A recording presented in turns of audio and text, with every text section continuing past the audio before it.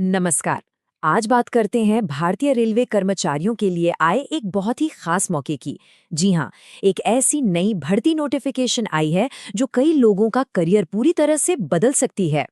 तो सवाल यही उठता है कि क्या ये सच में रेलवे कर्मचारियों के लिए प्रमोशन का एक नया और शानदार रास्ता खोल रहा है? चलिए, इस नोटिफिकेशन की हर डिटेल को समझते हैं और पता लगाते हैं। तो ये जो बड़ी खबर है ये आई है चितरंजन लोकोमोटिव वर्क्स यानी CLW की तरफ से। उन्होंने एक नया जनरल डिपार्टमेंटल कॉम्पिटिटिव एग्जामिनेशन, जिसे हम GDCE भी कहते हैं, उसका नोटिफिकेशन जारी किया है। आज के इस विश्लेषण में हम 5 खास बातों पर गौर करेंगे। सबसे पहले, ये एक नया अवसर क्यों है?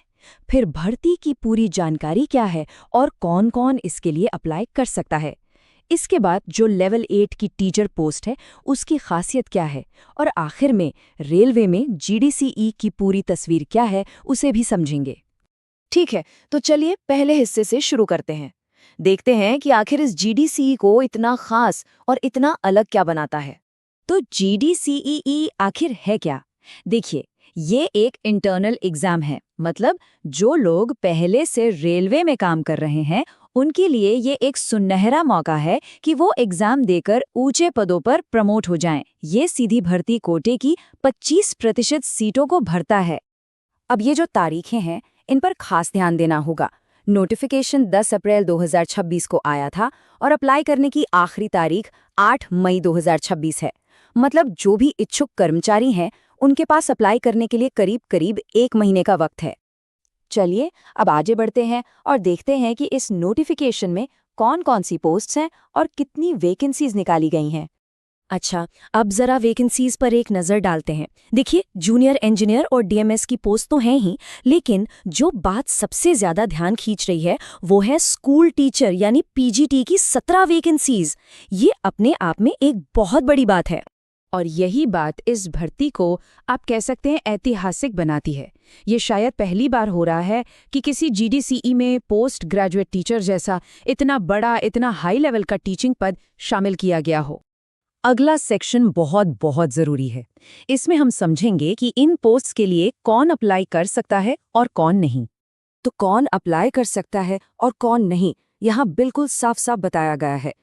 अगर कोई CLW या उससे जुड़ी यूनिट्स जैसे मुंबई, बेंगलुरु, नई दिल्ली वगैरह में रेगुलर कर्मचारी है तो वो एलिजिबल है।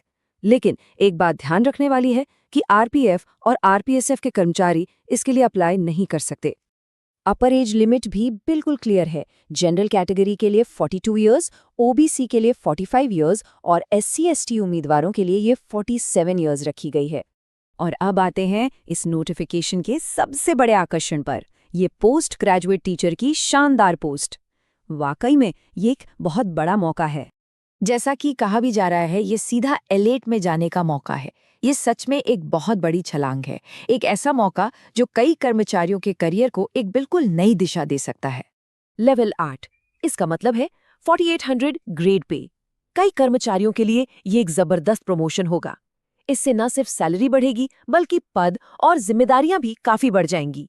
तो PGT बनने का रास्ता क्या है? सीधी सी बात है, जो भी एलिजिबल रेलवे कर्मचारी हैं जिनके पास 50% मार्क्स के साथ मास्टर डिग्री है और साथ में B.Ed की डिग्री भी है, उनके लिए ये एक हाई लेवल पोस्ट तक पहुंचने का सीधा रास्ता है। चलिए अब थोड़ा जूम आउट करते हैं और ये समझते हैं कि ये एक नोटिफिकेशन रेलवे में करियर प्रोग्रेशन के बड़े सिस्टम में कहाँ फिट होता है। ये चार्ट साफ दिखाता है कि JDCE एक खास रास्ता है।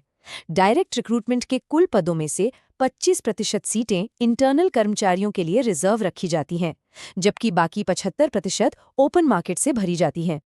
और ये जानना भी बहुत जरूरी है कि ये सिर्फ CLW की बात नहीं है। उम्मीद है कि बाकी सभी रेलवे जोन से भी ऐसी GDCE नोटिफिकेशंस आएंगी। इसलिए ये जानकारी पूरे देश के रेलवे कर्मचारियों के लिए काम की है और तैयारी करते रहना बहुत जरूरी है। तो कुल मिलाकर ये पूरा विश्लेषण CLW के इस अनोखे मौके के बारे में था। खासतौर पर टीचर्स के लिए ये एक बहुत बड़ी बात है। पर यह सब एक बड़े सवाल को जन्म देता है।